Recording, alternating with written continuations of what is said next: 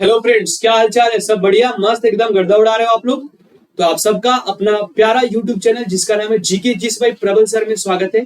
और आप फिर से मैं आप लोगों को बोलूंगा कि आप लोग ये इधर उधर की भागा में नहीं आना है। हमेशा क्लास को में बने रहना है। ये नहीं देखना कि लाइव है कि नहीं, कमेंट को मैं पढ़ रहा हूँ कि नहीं।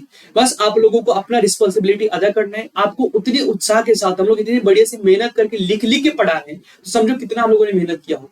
तो एक एक बच्चे को, एक एक हमारे भाई बहन साथियों को बहुत बेहतर तरीके से पढ़ना है। कंप्लीट नोट्स बनाए, क्योंकि पूरा का पूरा यहाँ पे छापा गया है। तो गर्दा उड़ा के आप लोग पढ़िए, समझने की कोशिश करिए और समझो कि ये मास्टर ऑफ मास्टर क्लास गर्दा उड़ जाए। तो इसी पहले वाले लेक्चर में हम लोगों ने क्या देखा था?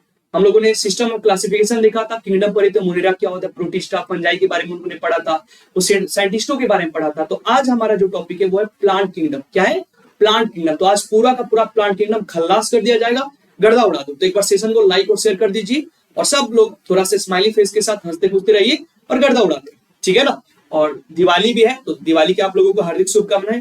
और बढ़िया से दिया वाला जलाइए और मस्त रहिए एकदम। जिंदगी में जितना आगे बढ़ सकते हैं उतना आप लोग आगे बढ़िए। और मैं हमेशा उम्मीद करूंगा कि आपका रिजल्ट बहुत बढ़िया हो और बहुत जल्द रुक जाए, ताकि मिठाई मिठाई खाने को मिल जाए। और पटाखा वटाखा नहीं छोड़ना है, एक सिंसियर स्टूडेंट होने के नाते, ठीक है ना। अगर पटाखा छोड़ने का मन करे तो साउंड बॉक्स बजा के पटाखे का आवाज सुन लेना, मामला क्लियर हो जाएगा, ठीक है ना। चलो स्टार्ट करते हैं। तो सबसे पहले बात किया जाए कि मेरे को प्लांट किंगडम बोला गया कि चलो भाई प्लांट किंगडम पढ़। तो मैंने बोला चलो ठीक है। मैंने बोला कि सबसे पहले मैं क्या करूंगा कि मैं किसी भी प्लांट को मेरे को क्लासिफाई करना है कि ये प्लांट किस डिवीजन में आएगा, किस क्लास में आएगा। ये सारा चीज मेरे को अगर पता करना है तो मैं क्या करूंगा, मैं कुछ अपना स्टेप उसको सेट करूंगा कि मैं पहला स्टेप, दूसरा स्टेप, तीसरा स्टेप देखूंगा और उसके बेसिस पर उसको डिपोजिट कर दिया। मामला क्लियर है? जैसे आप लोग देखते हैं ना, स्टेप फर्स्ट निकालो तो स्टेप 2 में जाते, स्टेप 2 निकालो तो स्टेप 3 में जाते, ऐसे ऐसे रिजल्ट होता है आप लोगों का, ठीक है ना। प्रीलिम्स, मेंस, इंटरव्यू, फिर डॉक्यूमेंट वेरिफिकेशन, तब जाके एग्जाम आपका क्लियर होता है। तो उसी प्रकार मैंने भी, अगर किसी प्लांट को क्लासिफाई करना है तो आपको कुछ स्टेप्स को ध्यान में रखना पड़ेगा। तो उसी को मैंने बोला है level of classification among plant. तो अगर किसी प्लांट को क्लासिफाई करना है तो जो लेवल होता है उस लेवल को आपको ध्यान में रखना पड़ेगा। अगर ये लेवल आपके माइंड में चार, अगर चार ही आपके लिए काफी है, राम लक्ष्मण भरत शत्रुघ्न, तो देखो क्या है। तो अगर बात किया जाए पहला क्लासिफिकेशन क्या है, पहला ऑर्डर में याद रखना है। पहला क्या देखोगे, किसी भी प्लांट को आप लोग देखोगे कि क्या उसका प्लांट बॉडी अच्छे से डिफरेंशिएट है क्या। जिस प्लांट को आप क्लासिफाई करने गए हो, क्या उसका प्लांट बॉडी अच्छे से डिफरेंशिएट है क्या। तो कोई बोलेगा प्लांट बॉडी डिफरेंशिएट कहने का मतलब क्या है? इसका मतलब है कि क्या उस प्लांट के पास रूट है, स्टेम है, लीफ है क्या। तो इसको बोलते हैं अच्छे से उसका बॉडी डिजाइन डिफरेंशिएट है। ट्रू रूट, ट्रू स्टेम और ट्रू लीफ है भाई। तो अगर मान लीजिए है तो आगे बढ़ो, नहीं है तो रुक जाओ, आगे बढ़ना मना है। तो पहले क्या देखोगे कि इसका बॉडी अच्छे से वेल डिफरेंशिएट है या नहीं, यानी वेल डिफरेंशिएटेड बॉडी डिजाइन है या नहीं। ठीक बात है। पहला पास कर गया, दूसरे में आगे बढ़ोगे। दूसरे में देखना है कि अगर उसका बॉडी अच्छे से डिफरेंशिएट है तो क्या उसके पास वो स्पेशल कंडक्टिंग टिश्यू है क्या, जो पानी को, जो मिनरल को, जो भोजन को एक जगह से प्लांट के अंदर दूसरी जगह पे ट्रांसफर कर सके। यानी क्या उसके पास कंडक्टिंग टिश्यू है क्या, क्या उसके पास स्पेशल कंडक्टिंग टिश्यू है जो प्लांट के एक पार्ट से पानी को उठा के हर एक पार्ट में डिस्ट्रीब्यूट कर सके, प्लांट के एक पार्ट से खाने को उठा के अलग अलग जगह पे डिस्ट्रीब्यूट कर सके। अगर है तो आगे बढ़ना है, नहीं है तो आगे बढ़ना मना है।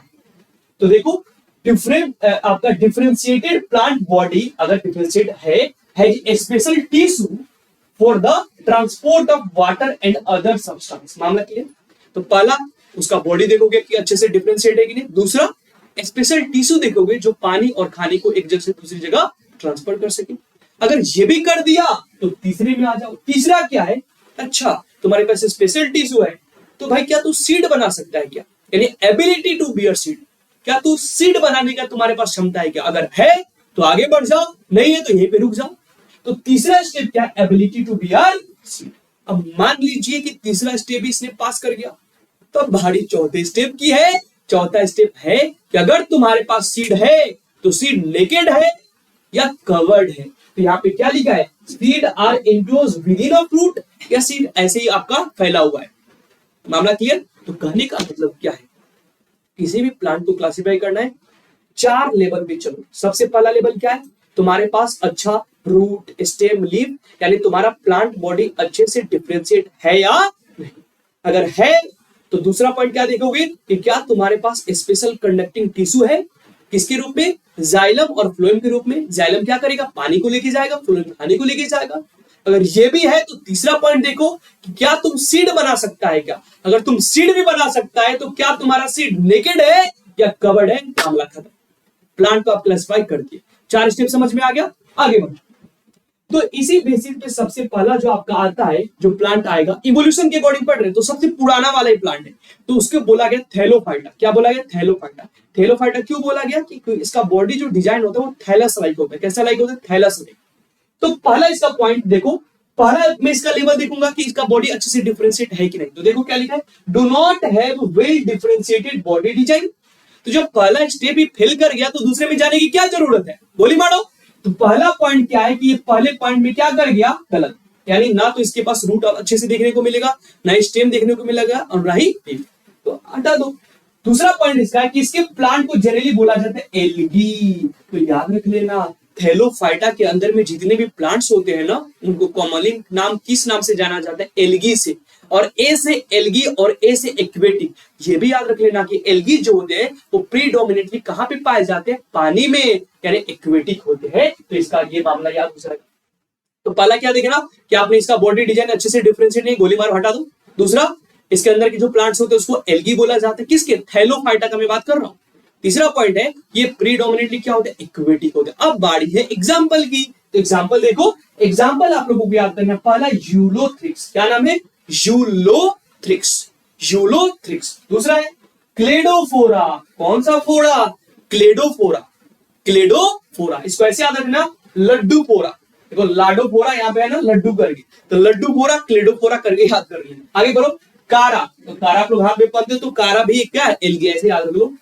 अल्वा, अल्वा क्या है, एल्गी है। स्पाइरोगाइरा, स्पाइरोगाइरा भी क्या है, एल्गी है। तो देखो नाम पढ़ो साथ साथ, यूलोथ्रिक्स एल्गी, क्लेडोफोरा एल्गी, कारा algae, Alva algae, spirogyra algae, मामला खत्म। इतना ही याद करना है, इससे ज्यादा बढ़ने की जरूरत नहीं।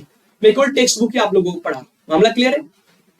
तो इससे ज्यादा पॉइंट आपको नहीं जाना। तो पहले हम लोगों ने थैलोफाइटा पढ़ लिया, उसका बॉडी डिजाइन अच्छे से डिफरेंशिएट नहीं था। उसके अंदर में आने वाले प्लांट्स को मैंने एल्गी बोल दिया। ये एल्गी प्रीडोमिनेटली एक्वेटिक होते हैं। इसके अंदर में आने वाले एग्जांपल के बारे में मैंने जिक्र कर दिया। आगे बढ़ जाते, अब बारी है ब्रायोफाइटा की। तो थैलोफाइटा के बाद किसकी बारी है, ब्रायोफाइटा की। तो मैंने उसी, वही मेरा जो 4 लेवल उसी को फॉलो करूंगा। मैं गया इसके पास दौड़ते दौड़ते, भाई तेरे पास क्या, तुम्हारा बॉडी अच्छे से डिफरेंशिएट है क्या। बोला कि देखो उतने अच्छे से तो नहीं है, बट इतना अच्छा से है कि मैं 33 नंबर लाके पास कर सकता हूं, ठीक है ना। तो इसका बॉडी कैसा था, ठीक ठाक डिफरेंशिएट था। ठीक ठाक कहने का मतलब जितना कटअप गया था उतना ही नंबर लेके आया। तो सेकंड फेज ये दे सकता है, वो अलग बात है, नहीं होगा सेकंड फेज, क्योंकि पहले में कटअप बहुत कम नंबर इसका गया है। तो इसका प्लांट बॉडी डिफरेंशिएट था, सही बात है। तो फिर मैं दौड़ के गया कि भाई क्या तेरे पास स्पेशल टिश्यू है, जाइलम फ्लोएम, जिसकी वजह से तू पानी को, खाना को ट्रांसपोर्ट कर देगा। तो इसने रोते हुए बोला कि नहीं भाई, मैं तो पहले में ही मेरा नंबर कम आ गया, तो दूसरे में मैं क्या करूंगा ज्यादा नंबर लाके। इसके बॉडी डिजाइन तो अच्छे से डिफरेंशिएट है, बट इसके पास स्पेशल टिश्यू नहीं है। और स्पेशल टिश्यू का नाम जानते हैं, जाइलम और फ्लोएम। इसका मतलब दूसरे में फेल कर गया। जब दूसरे में फेल कर गया तो तीसरे देखने की जरूरत नहीं है। अगर इसके बात करें तो इसको बोला जाता है amphibians of the plant kingdom. Amphibians of the plant kingdom क्यों बोला जाता है ब्रायोफाइटा को, क्योंकि ये लैंड पे भी रहता है और पानी में भी रहता था। देखो जो थैलोफाइटा थे, जो एल्गी था, वो केवल पानी में रहता था, बट ये थोड़ा धरती पे भी आने लगा, तो इसको बोला गया amphibians of the plant kingdom. यानी ये लैंड पे भी रहेगा, ये पानी में भी रहेगा। नाम क्या है, ब्रायोफाइटा। एग्जाम्पल का बात किया जाए, सबसे पहले याद रखना ऋषिया को। किसको जी, ऋषिया को। तो ऋषि मुनि से याद रखना ऋषिया, ठीक है ना। तो ऋषिया जो है वो आपका क्या, ब्रायोफाइटा है। दूसरा मार्केंसिया, ऋषिया, मार्केंसिया, ये सारे के सारे क्या है जी, आपके ब्रायोफाइटा है। और तीसरा है फ्यूनेरिया, जो मोसेस में आता है। तो फ्यूनेरिया भी क्या है, आपका ब्रायोफाइटा है। तो ऋषिया, मार्केंसिया और फ्यूनेरिया, ये तीनों के तीनों क्या है, ब्रायोफाइटा है। ब्रायोफाइटा को क्या बोला जाता है, amphibians of the plant kingdom. क्यों, क्योंकि पानी और आपके लैंड दोनों पे रहता है। दूसरा पॉइंट है कि इसका अच्छा से प्लांट बॉडी डिफरेंशिएट नहीं होता है, बट ठीक ठाक हो जाता है। कहने का मतलब इसमें root life, root true root नहीं होता है, but root like stem like structure इसमें मौजूद होता है। अगर बोला जाए कि क्या इसके पास ट्रू रूट होगा क्या, तो आंसर होगा नहीं, ट्रू रूट नहीं होता, जीरे खाने लायक होगा, समझ जाओगे कि ठीक ठाक रूट है। मामला क्लियर हो गया, ये रहा ब्रायोफाइटा। अब बात करते हैं टेरिडोफाइटा की। तो टेरिडोफाइटा थोड़ा और एडवांस हुआ। तो टेरिडोफाइटा बोलता है कि देख भाई, मेरा बॉडी एकदम तगड़ा है, मेरे पास ट्रू रूट है, मेरे पास ट्रू स्टेम है, मेरे पास ट्रू लिप्स है, यानी मैं गर्दा कटअप से बहुत नंबर ज्यादा लेके मैं आया हूं। तो मेरे पास क्या है जी, मेरे पास, मैं यहाँ पे अच्छे से लिखता हूं, मेरे पास क्या है जी, मेरे पास ट्रू रूट है, मेरे पास ट्रू स्टेम है, और मेरे पास ट्रू क्या है, लिप्स है। कोई दिक्कत? तो true root, true stem, true leaf है। तो बोला कि अच्छा भाई अकड़े इसमें, चलो आगे बढ़ो। इसमें दूसरे स्टेप में गया, दूसरे स्टेप बोला गया कि जब पहले में तुम्हारा इतना नंबर है तो दूसरे में भी तो उसको पास करा दिया जाए। तो ये पहला ऐसा आपका डिवीजन था जिसमें सबसे पहले आपको वेस्कुलर टिश्यू देखने को मिले। वेस्कुलर टिश्यू मतलब वेसल वाले, जाइलम और फ्लोएम। तो जाइलम फ्लोएम को वेस्कुलर टिश्यू भी बोल सकते हो, वेस्कुलर बोलो, कंडक्टिंग बोलो, बात दोनों सेम। तो अगर बोला जाएगा सबसे पहला कौन डिवीजन था जिसके पास वेस्कुलर टिश्यू देखने को मिले, तो उसका आंसर क्या जाएगा आपका, टेरिडोफाइटा। यानी पहला फेज में तो टॉप करके आया था, दूसरा फेज भी पास कर गया उसी के बहाने, ये होता है 10th के बहाने 12th पास कर गया, तो इसके पास स्पेशल टिश्यू था। अब बारी है, चल तेरे पास जाइलम आ गया, फ्लोएम आ गया, अब क्या तेरे पास सीड बनाने की क्षमता है क्या? तो यहाँ पे बेचारा बाजी ये हार गया। इसने बोला नहीं, मैं सीड भाई नहीं बना सकता, यह अपराध में कभी भूल के भी नहीं करूंगा। तो यानी ability to bear seed third level था ना, उसमें ये क्या कर गया, फेल कर गया। तो ये मामला यहाँ पे आ जाएगा। तो दो में एकदम गर्दा उड़ा के पास किया, बट तीसरे में बेचारा फेल कर गया। ठीक है ना, तो याद रख लेना। तो टेरिडोफाइटा से इंपॉर्टेंट सबसे पहले true root, true stem, true leaf इसमें आया। इसका प्लांट बॉडी बहुत अच्छे से डिफरेंशिएट था। इसके पास स्पेशल कंडक्टिंग टिश्यू है जिसको वेस्कुलर टिश्यू भी बोला जाता है, इन द फॉर्म जाइलम और फ्लोएम, जो पानी और खाने को एक जगह से दूसरी जगह क्या करेंगे, ट्रांसपोर्ट करेंगे। मामला पूरा क्लियर था, ठीक है ना। बट मामला कहां पे फंस गया, ये बेचारा सीड नहीं बना सकता था, सीड में क्या हो गया, ये चौपट हो गया।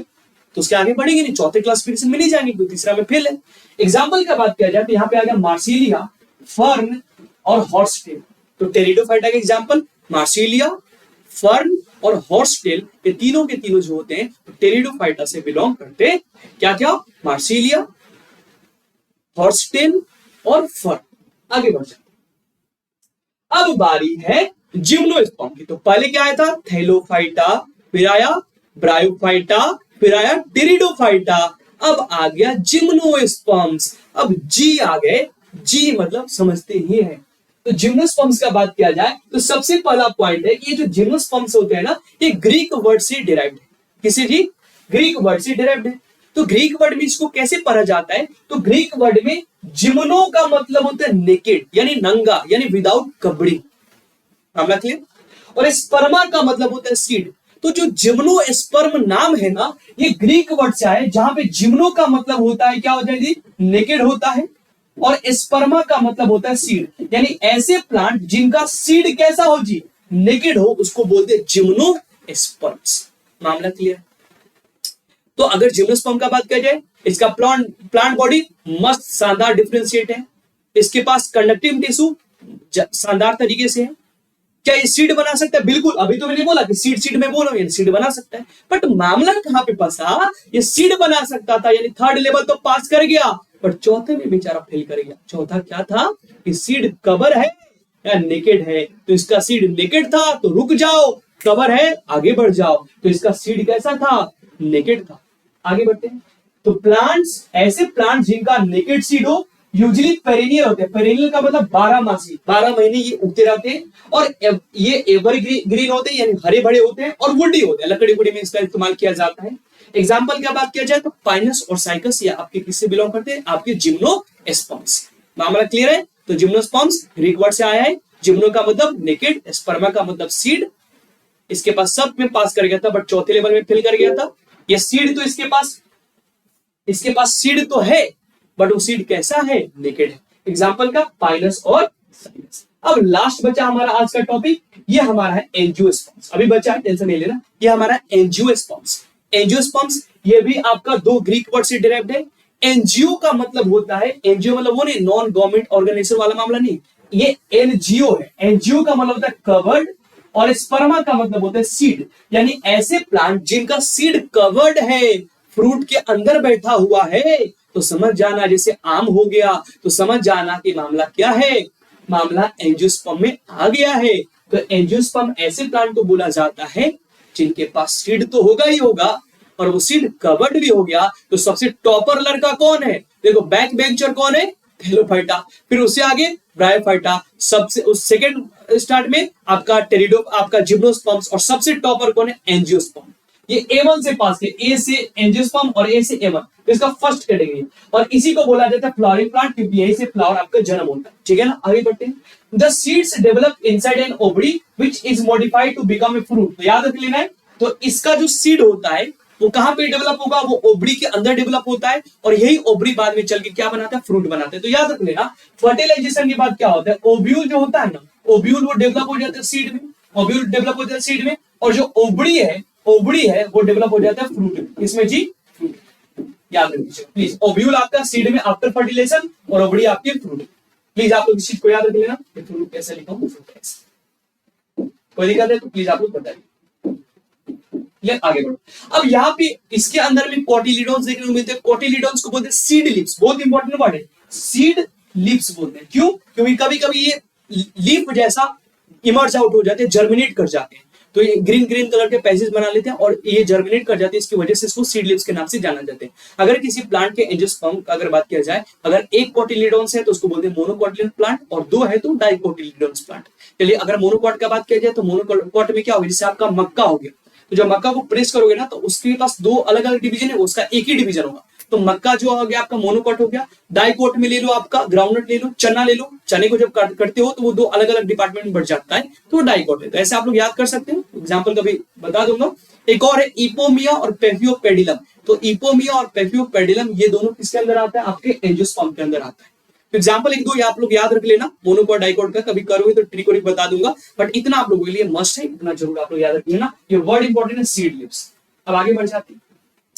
तो हम लोगों ने सब पढ़ लिया, Thallophyta, bryophyta, pteridophyta, gymnosperm, angiosperm. अब बारी है किसके अंदर का रिप्रोडक्टिव ऑर्गन कैसा है। तो उसके अंदर का रिप्रोडक्टिव ऑर्गन कैसा है, इसके बेसिस पे दो डिवीजन बांटे गए। पहले को बोला जाता है क्रिप्टोगेमी और दूसरे को बोला जाता है फेनेरोगेमी। क्रिप्टोगेमी का मतलब होता है ऐसे आपके प्लांट जिसका रिप्रोडक्टिव ऑर्गन जो है वो हिडन, छुपा हुआ है या उतनी अच्छे से डेवलप नहीं है। तो बोला है यहाँ पे वर्ड क्या? क्रिप्टोगेम्स। तो those with hidden reproductive organ, यानी ऐसे प्लांट जिनका रिप्रोडक्टिव ऑर्गन कैसा है? हिडन है, वो छुपा हुआ है, यानी वो इनकॉन्स्पिकुअस से अच्छे से डेवलप नहीं। तो देखो यहाँ पे क्या, रिप्रोडक्टिव ऑर्गन जो है वो वेरी आपके इनकॉन्स्पिकुअस है, और इसकी वजह से ये सीड नहीं बना सकते, तो इनको बोलते हैं नॉन फ्लावरिंग प्लांट। तो ऐसे ऑर्गेनिज्म, ऐसे प्लांट जो सीड नहीं बनाएंगे, जिनका रिप्रोडक्टिव ऑर्गन छुपा हुआ है, उसको बोला जाता है नॉन फ्लोरिंग प्लांट। और ये कौन कौन होते हैं? तो ये होता है थैलोफाइटा, ये होता है ब्रायोफाइटा, और ये होता है टेरिडोफाइटा। तो क्रिप्टोगेमी में कौन कौन आएगा? थैलोफाइटा आएगा, ब्रायोफाइटा आएगा, टेरिडोफाइटा आएगा। क्यों आएगा? क्योंकि इसके अंदर का जो रिप्रोडक्टिव ऑर्गन है वो है, बट अच्छे से डेवलप नहीं है कि सीड बना सके। ठीक है ना, तो इसीलिए इसको मैं डाल देता हूँ क्रिप्टोगेमी में। अब बात करते हैं फेनेरोगेम्स का। किसका? फेनेरोगेम्स का। तो फेनेरोगेम्स क्या होता है? ऐसे प्लांट जिनका रिप्रोडक्टिव ऑर्गन आपका क्या, एक्सपोज हो, खुला हुआ, यानी पूरा एकदम नहीं हो, स्वागत है, जो भी आए अपना फर्टिलाइजेशन कर लेगा। कहने का मतलब ऐसे प्लांट जिसका रिप्रोडक्टिव ऑर्गन अच्छे से डेवलप हो, ठीक है ना, और वो एक्सपोज हो, तो उसकी वजह से वो क्या बना सकते हैं? सीड बना सकते हैं। और ये सीड क्या होता है? ये सीड आपका सेक्सुअल रिप्रोडक्शन का फाइनल रिजल्ट होता है। तो अगर एग्जाम में बोला जाएगा सेक्सुअल रिप्रोडक्शन का फाइनल रिजल्ट क्या होता है, तो आंसर होगा सीड। अब सीड कैसा है मैटर नहीं करता, बट सीड बन गया ना, तो सीड कौन कौन से प्लांट बना सकते हैं? जिम्नोस्पर्म्स और एंजियोस्पर्म्स, तो इनको बोला जाता है फ्लावरिंग प्लांट। मामला क्लियर? तो थैलोफाइटा, ब्रायोफाइटा, टेरिडोफाइटा को डाला जाता है क्रिप्टोगेमी में, और जिम्नोस्पर्म और एंजियोस्पर्म को डाला जाता है फेनेरोगेमी में। मामला क्लियर है? इसी के साथ आज का हम लोग सेशन कंप्लीट होता है। मैंने आप लोगों को प्लांट पूरा पढ़ा दिया, मैंने आप लोगों को मोनेरा, प्रोटिस्टा, फंजाई पूरा पढ़ा दिया। अब बारी है एनिमेलिया की। तो नेक्स्ट क्लास में लोग एनिमल किंगडम पढ़ेंगे और पूरा का पूरा आपका डायवर्सिटी खत्म हो जाएगा। कैसा सेशन लगा प्लीज आप लोग कमेंट करके बताएं, और बढ़िया एकदम मस्त रहिए आप लोग, और मस्त रहिए, व्यस्त रहिए, ठीक है ना। और जीके जिस प्रबल सर को आप लोग सब्सक्राइब नहीं कर रहे हैं तो प्लीज आप लोग थोड़ा सब्सक्राइब भी करो, क्योंकि 20,000 पे हम लोग रुकने वाले नहीं, थोड़ा हम लोगों को और आगे जाना है। और जब इसका पहला वर्षगांठ मनाया जाए तो मैं यही उम्मीद करूंगा कि आप लोगों का प्यार से कम नहीं तो 1 लाख सब्सक्राइबर हम लोग अचीव कर पाए। थैंक यू सो मच आप सभी को जुड़ने के लिए। सेशन को लाइक कर देना, सेशन को शेयर कर देना, और अगर अच्छा लगे तो आप लोग कमेंट जरूर करना और जरूर बताना कि हमारा प्रयास कैसा लग रहा है। थैंक यू सो मच आप सभी।